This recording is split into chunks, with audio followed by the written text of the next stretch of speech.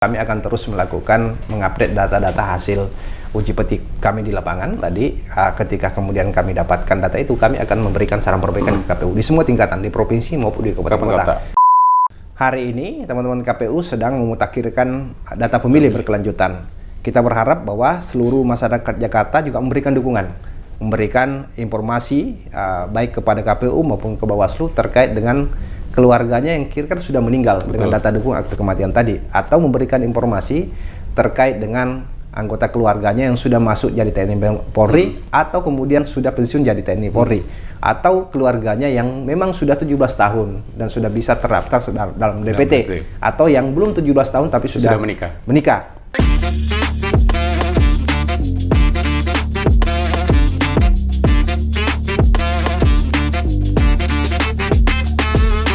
Assalamualaikum warahmatullahi wabarakatuh. Hai pemilih, gimana kabarnya nih? Semoga selalu sehat ya. Lalu lintas seputar Salemba sangat padat. Mudah-mudahan ini tidak mengganggu aktivitas teman pemilih di luar sana. Bersama saya Fikri, selamat datang di Ngulik Ngobrol untuk Pemilu Asik, podcast KPU Provinsi Daerah Khusus Jakarta. Ruang ngobrol santai seputar pemilu, demokrasi, dan cerita seru di balik layar pelaksanaan pemilu. Kali ini kita akan membahas seputar pemutakhiran data pemilih berkelanjutan, namun dari sisi penyelenggara pemilu yang lain.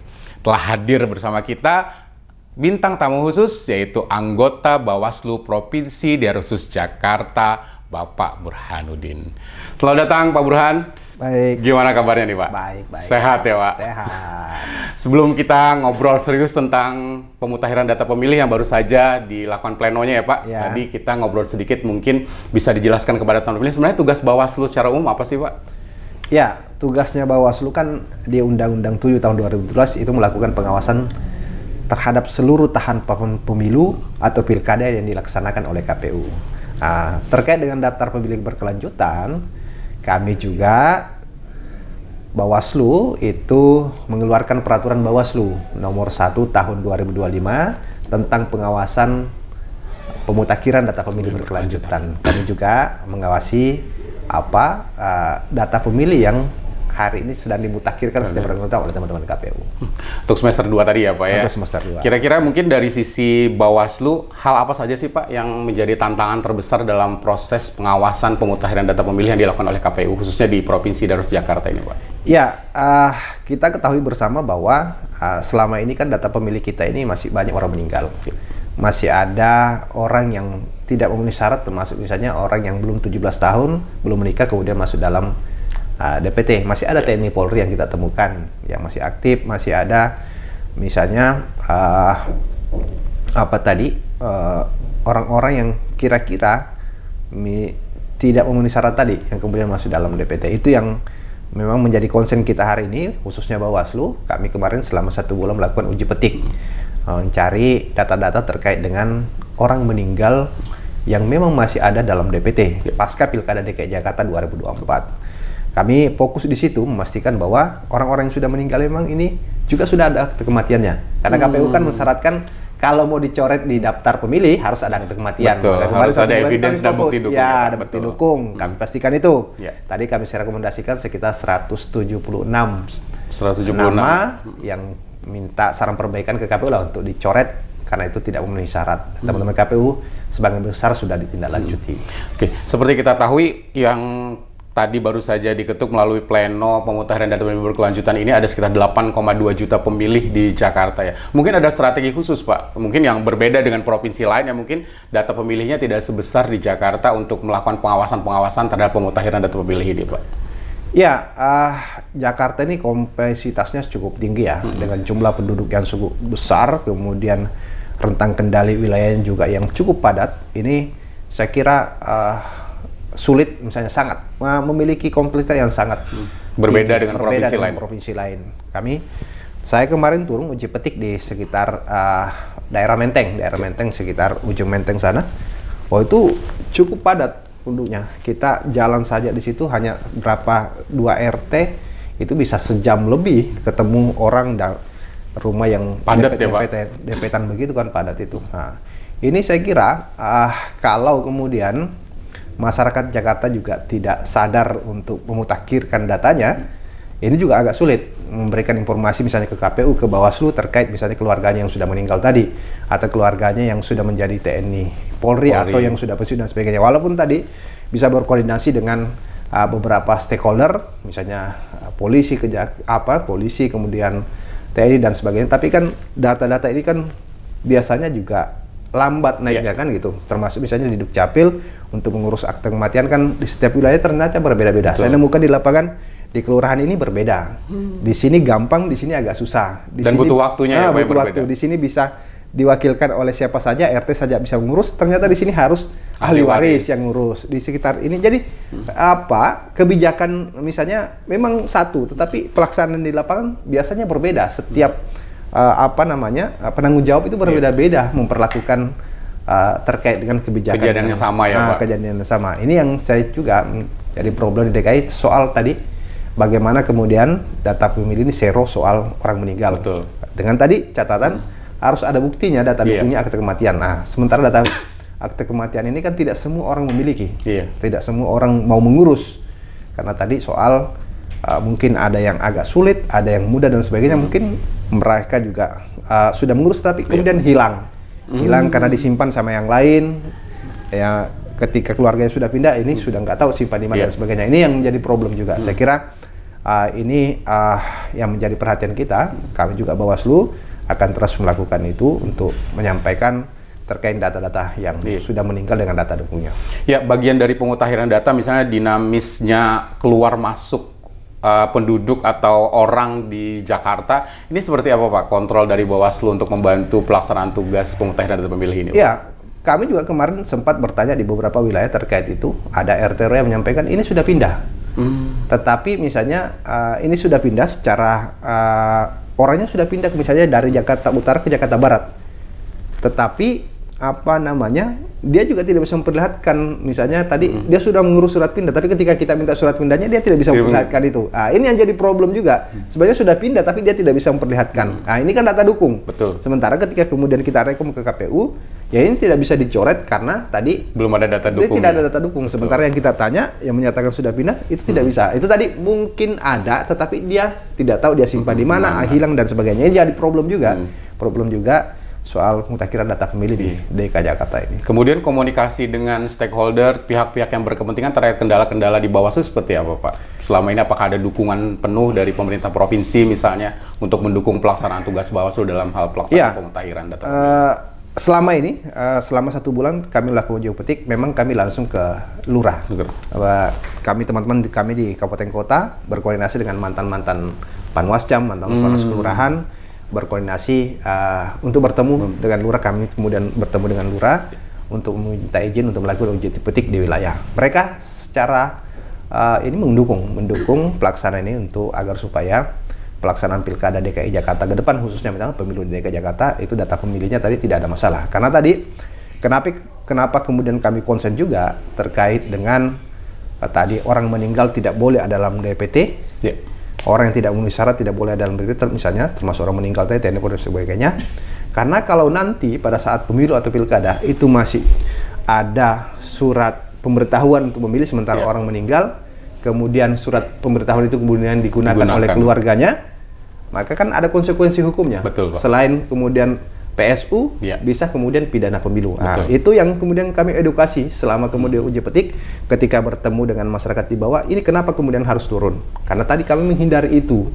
Jangan sampai orang meninggal masih ada dalam DPT nanti, kemudian keluarganya masih mendapatkan surat pemberitahuan karena masih ada dalam DPT, kemudian surat pemberitahuan itu disalahgunakan, digunakan oleh orang lain. Ada konsekuensi hukum tadi, soal bisa PSU, bisa kemudian pidana pemilu. Itu yang kami edukasi juga sampai ke bawah. Mungkin selama uji petik ada hal unik Pak yang ditemukan di Jakarta, atau mungkin ada penolakan pada saat Bapak melakukan uji petik? Karena ini kan data kependudukan yang berhubungan langsung ke masyarakat ya Pak? Alhamdulillah, di semua wilayah kami turun di 6 kabupaten kota di DKI Jakarta tidak ada penolakan dari masyarakat. Bahkan masyarakat antusias karena kami juga berkoordinasi dengan RT RW. Mereka antusias bahwa ya ini untuk perbaikan data pemilih di DKI Jakarta. Mereka sebenarnya mendukung mendukung terkait dengan perbaikan data pemilih di Jakarta, karena tadi kami jelaskan soal konsekuensi hukumnya ketika itu kemudian masih ada dan itu digunakan oleh orang lain, itu ada konsekuensi hukum. Secara sadar kami bertemu dari rumah ke rumah. Maka tadi saya ngambil sampel setiap kelurahan 5. Setiap kelurahan 5 kita ngambil sampel, kita datangi orangnya, ketemu keluarganya. Mereka tidak ada penolakan. Bahkan tadi kami mendapatkan akte kematian, cukup banyak kami dapatkan akte kematian. Dari 176 itu ada sekitar 70% akte kematian kami punya.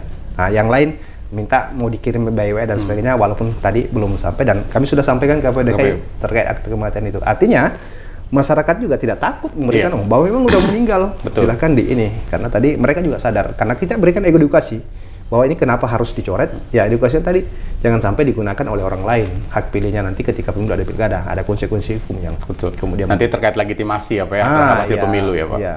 Nah, terkait mungkin di beberapa wilayah Jakarta ada spesifikasi terkait jumlah pemilih yang besar dan mungkin ada jumlah pemilih yang kecil tapi memiliki geografis yang berbeda, seperti di Pulau Seribu atau mungkin di Jakarta Timur dengan jumlah pemilih yang sangat padat. Mungkin strategi Bawaslu dalam hal ini seperti apa Pak? Terkait hal-hal wilayah-wilayah yang memang memiliki kekhususan di Jakarta. Iya, selama ini kalau kami turun, kami pasti berkoordinasi dengan teman-teman di lapangan. Tadi mantan Panwascam kami, mantan Panwas Kelurahan kami, mantan pengawas TPS kami masih berkoordinasi. Apa kebetulan mungkin di antara mereka ada yang menjadi RT, ada yang menjadi RW, atau ada yang menjadi FKDM, ada yang menjadi Dawis. Sehingga mereka ketika kami turun, mereka datang secara sukarela, mereka datang mendampingi. Mereka datang bergerombol mendampingi kan itu. Mereka yang paham wilayah. Teman-teman Dawis, FKDM, mereka paham wilayah. Mereka yang di bawah yang bisa menunjukkan, bahkan kalau RT dia udah tahu warganya yang sudah meninggal ini. Dia udah tahu, dia kasih data ini ada 5 meninggal di RT saya, ini datanya, ini namanya, ini akte kematiannya. Itu yang kemudian mempermudah kami juga ke lapangan mendapatkan tadi data-data dukung itu. Nah, sementara ini kan mungkin pemilu masih 2029 ya Pak, dan itu update data pemilih juga terus dilakukan. Kira-kira mungkin ke depannya seperti apa strategi-strategi Bawaslu untuk memastikan bahwa data pemilih yang mungkin nanti akan ditetapkan oleh KPU per triwulan, per semester, itu bisa update seperti tadi yang disampaikan, ada hal-hal yang memang harus dilakukan perbaikan misalnya karena memang data atau temuan-temuan Bawaslu yang mungkin secara masif dilakukan oleh tim Bawaslu membuat data itu menjadi lebih valid di kedepannya. Mungkin strateginya seperti apa Pak? Iya, tadi kami sampaikan, kami akan terus melakukan uji petik. Kami akan terus melakukan mengupdate data-data hasil uji petik kami di lapangan. Tadi ketika kemudian kami dapatkan data itu, kami akan memberikan saran perbaikan ke KPU di semua tingkatan, di provinsi maupun di kabupaten kota. Kami sudah menginstruksikan itu, kemarin sudah berjalan, supaya tadi mungkin KPU belum mendapatkan data itu dari Dapil, dari Dinas Pemakaman, tetapi dari Bawaslu mendapat data itu. Alhamdulillah juga yang kami kemudian sampaikan sudah didapatkan, ya alhamdulillah. Artinya datanya semakin valid. Nah, kita berharap bahwa tadi semua komponen, semua stakeholder yang bekerja sama dengan KPU bisa memberikan masukan, termasuk kami yang di Bawaslu. Ya, itu juga bagian dukungan untuk pelaksanaan tahapan lebih lanjut ya Pak? Ya, karena kan pemilu ini tadi tidak bisa hanya dijalankan oleh KPU. Ada penyelenggara pemilu yang lain, ada Bawaslu, ada DKPP, ada stakeholder yang lain, ada masyarakat Jakarta juga yang sama punya tanggung jawab untuk memastikan pelaksanaan pemilu dan pilkada DKI Jakarta berlangsung secara baik, termasuk bagaimana kemudian data pemilihnya juga lebih baik. Selama ini ada kendala Pak, selama bermitra dengan KPU Pak sebagai bagian dari penyelenggara KPU? Saya kira tidak ada masalah. Perbedaan pandangan, perbedaan pendapat itu biasa dalam proses pelaksanaan pemilu. Karena memang tugasnya berbeda. Satu melaksanakan teknis, Bawaslu melaksanakan pengawasan terhadap kerja-kerja teknis yang dilakukan oleh teman-teman KPU. Jadi kalau berbeda pendapat itu biasa. Memang dinamika seperti itu hal biasa. Karena tugas yang diberikan undang-undang berbeda.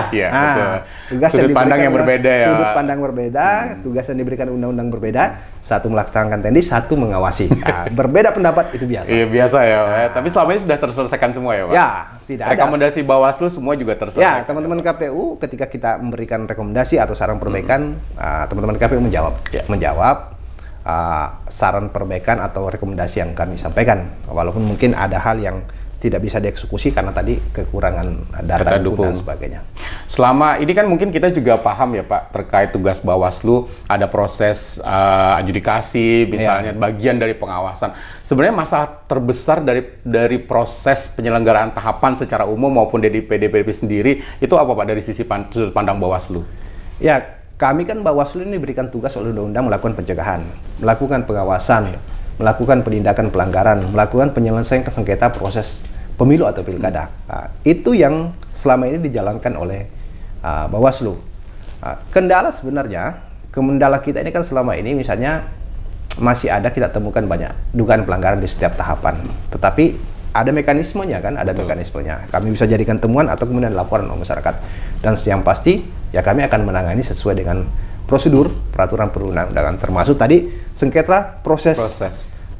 Pemilu atau pilkada yang tadi biasanya yang berhadapan kan antara KPU dan pelapor kan gitu. Betul. Antara KPU dan masyarakat yang melapor dan Bawaslu punya kewenangan untuk melakukan mediasi atau melakukan adjudikasi. Mediasi ya kami mempertemukan antara KPU dengan pelapor. Kalau sepakat ya kita bikin berita acara kesepakatan lah.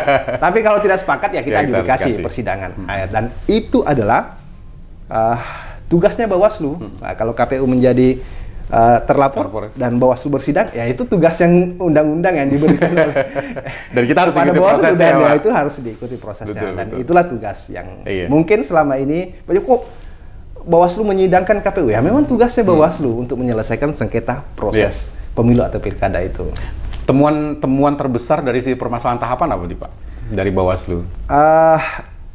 Temuan terbesarnya misalnya gini, terkait dengan kampanye misalnya, masih ada dugaan pelanggaran kampanye, masih ada dugaan money politik, masih ada dugaan terkait dengan tata cara dan prosedur, itu masih. Sehingga kemarin di pemilu 2024 di DKI Jakarta sebenarnya itu di akhir itu terkait dengan banyaknya tata cara dan prosedur, sehingga di akhir-akhir 2024 di pemilu itu kami mendapatkan laporan itu sekitar 30 di akhir pasca rekapitulasi. Nah, itu terkait dengan tata cara dan prosedur. Orang tidak puas dengan tata cara dan prosedur yang dilakukan oleh teman-teman KPU, kemudian lapornya ke Bawaslu. Maka muaranya semua ke Bawaslu. Ketika teman-teman KPU dianggap salah secara prosedur, tidak melaksanakan tugas sesuai aturan gitu ya. Lapornya ke Bawaslu dan Bawaslu harus menindaklanjuti. Harus menindaklanjuti, nggak boleh tidak. Karena itu adalah tugas Bawaslu. Urusan nanti misalnya putusannya apa itu tergantung dalam proses misalnya persidangan dan sebagainya. Nanti kan pelapor terlapor diklarifikasi dan sebagainya. Nah, itu menarik sekali ya Pak, sebenarnya tugas-tugas Bawaslu terutama banyak hal yang sebenarnya teman pemilih juga harus bisa mengcapture tugas-tugas Bawaslu seperti apa ya Pak. Tapi paling menarik adalah sebenarnya terkait pelaksanaan tahapan khususnya pada saat pemungutan suara mulai dari kampanye, karena itu hubungannya tadi apa ya dengan money politik dan lain-lain. Kita mungkin tidak akan cukup waktu untuk membahas itu ya Pak, walaupun sebenarnya hal yang menarik. Mungkin terakhir Pak, pesan-pesan atau mungkin harapan Bawaslu khususnya nanti pelaksanaan pemilu ke depan itu seperti apa Pak? Ya, hari ini teman-teman KPU sedang memutakhirkan data pemilih berkelanjutan. Kita berharap bahwa seluruh masyarakat Jakarta juga memberikan dukungan, memberikan informasi baik kepada KPU maupun ke Bawaslu terkait dengan keluarganya yang kira-kira sudah meninggal dengan data dukung akte kematian tadi, atau memberikan informasi terkait dengan anggota keluarganya yang sudah masuk jadi TNI Polri atau kemudian sudah pensiun jadi TNI Polri, atau keluarganya yang memang sudah 17 tahun dan sudah bisa terdaftar dalam DPT, atau yang belum 17 tahun tapi sudah menikah. Nah, agar didaftarkan di daftar pemilih berkelanjutan, agar ke depan nanti misalnya pemilu 2029, pilkada 2030 di DKI Jakarta itu data pemilih kita bisa clear dan clean, tidak ada persoalan yang mendasar, dan warga DKI Jakarta yang punya hak pilih itu bisa menggunakan hak pilihnya dan terdaftar dalam DPT. Jadi ibaratnya pemilih juga punya hak untuk melaporkan dirinya ya Pak, terkait untuk update data pribadinya. Ya, karena tadi pemilu ini kan tidak hanya kerjanya KPU Bawaslu, tapi kerja semua orang. Semua orang mendukung itu termasuk masyarakat. Iya. Luar biasa ini sampaikan Pak Burhanuddin, mudah-mudahan ini juga memberikan insight terutama teman pemilih dari sisi penyelenggara pemilu yang lain, tidak hanya dari KPU ya Pak. Sekali lagi kami ucapkan terima kasih Pak Burhanuddin telah berkenan hadir.